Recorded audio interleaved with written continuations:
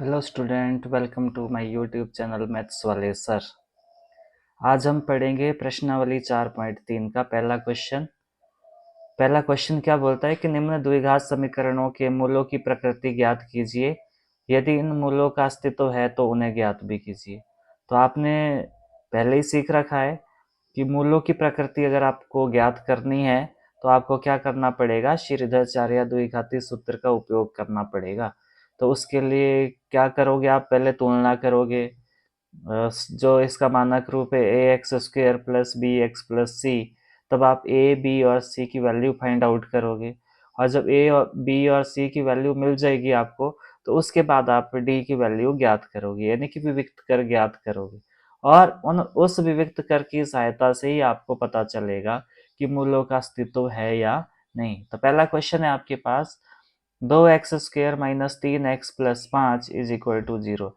तो तुलना करेंगे सबसे पहले हम इसकी, किससे, ax² plus bx plus c is equal to 0। तो आपको क्या मिलेगा यहाँ से, a का वैल्यू मिला 2, b का वैल्यू मिला -3 और c का वैल्यू मिला आपको 5। तो सबसे पहले आप क्या निकालोगे, विविक्त कर निकालोगे। और विविक्त कर निकालने का फॉर्मूला आपको आता है, क्या है, b² माइनस 4ac।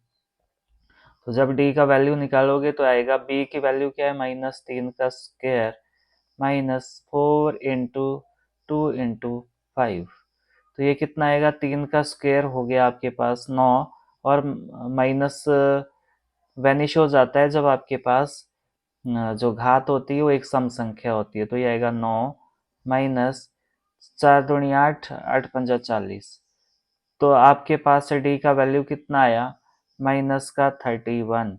और आपने सीख रखा है कि जब डी का वैल्यू ऋणात्मक आता है, जब डी का वैल्यू ऋणात्मक आता है तो कोई भी वास्तविक मूल संभव नहीं है।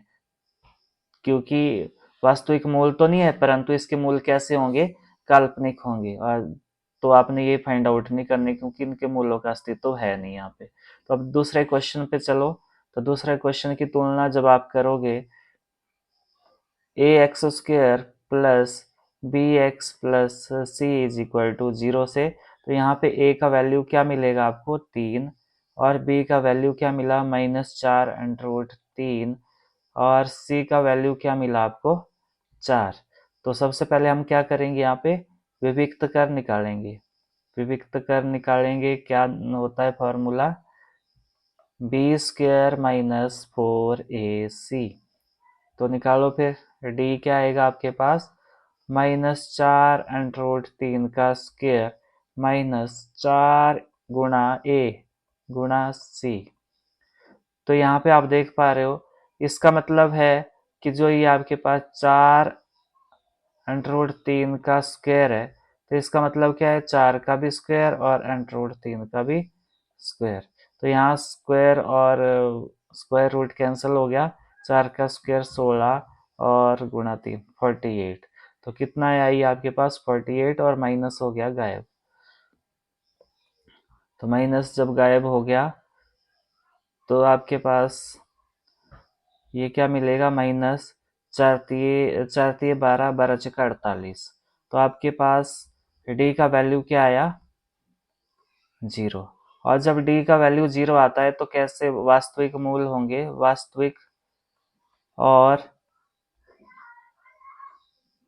बराबर मूल होंगे, बराबर और वास्तविक मूल होंगे।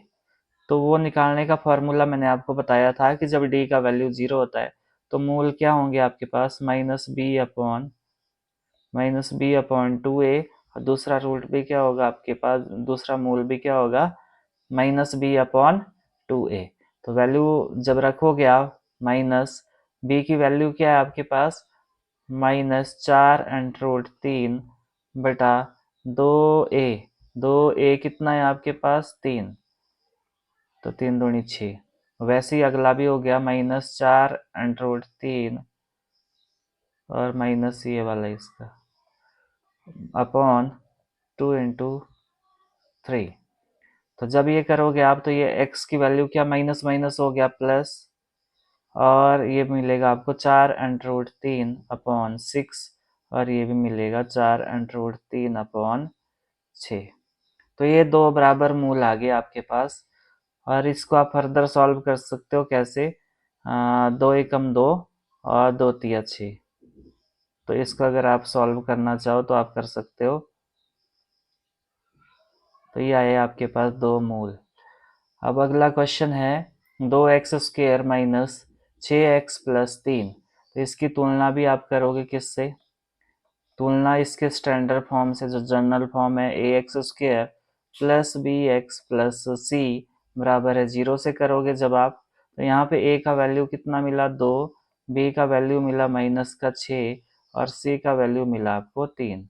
तो यहाँ पे d निकालोगे विविक्त कर निकालोगे जब, तो विविक्त कर निकालने का फॉर्मूला है आपके पास b² माइनस 4ac। तो वैल्यू पुट कर दो, -6 का स्क्वायर -4 इंटू 2 इंटू 3। तो ये कितना आया, 6 का स्क्वायर 36 माइनस और ये आया 24। तो आपके पास जब ये सॉल्व करोगे आप तो कितना आया ये 12। और 12 डी का वैल्यू क्या है, डी का वैल्यू आपके पास ग्रेटर देन 0 आ रहा है, यानी कि ये आया आपके पास धनात्मक। जब ये धनात्मक आया तो आपके पास जो मूल निकालने का फॉर्मूला है वो क्या है, x बराबर है -b प्लस माइनस √d/2a। अब यहाँ से तो आपने अनुमान लगा लिया कि इसके मूल कैसे होंगे, वास्तविक होंगे और भिन्न भिन्न होंगे।